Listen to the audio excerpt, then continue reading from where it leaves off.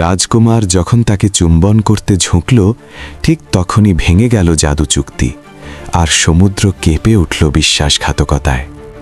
ছোট্ট জলপরি কাঁপতে কাঁপতে চুরি করা মুক্তার লকেটটা মাটিতে আছড়ে ভাঙল। ভেতর থেকে মুক্ত আলো বেরিয়ে তার শরীরে ফিরে এলো। স্বর্গীয় ঈগলের শক্তি পুনরুদ্ধার হল। রাজকুমার বিস্ময়ে বুঝতে পারল, এই মেয়েটিই তার স্বপ্নে দেখা ত্রাণকর্তা। সে চিরন্তন চুম্বনের জন্য ঝুঁকল, কিন্তু ঠিক তখনই 3 দিনের 7 লাইনের জাদু চুক্তি ছিন্ন হয়ে গেল। ঝলমলে আলোয় মেয়েটি তার প্রকৃত রূপে ফিরে এলো। সূর্যের আলোয় তার পা দীপ্তি ছড়াচ্ছিল, আর সেই মুহূর্তে সমুদ্রের গভীর থেকে বহুদিন লুকিয়ে থাকা ডাইনি নিজের মানুষের ছদ্মবেশ ছিঁড়ে ফেলল।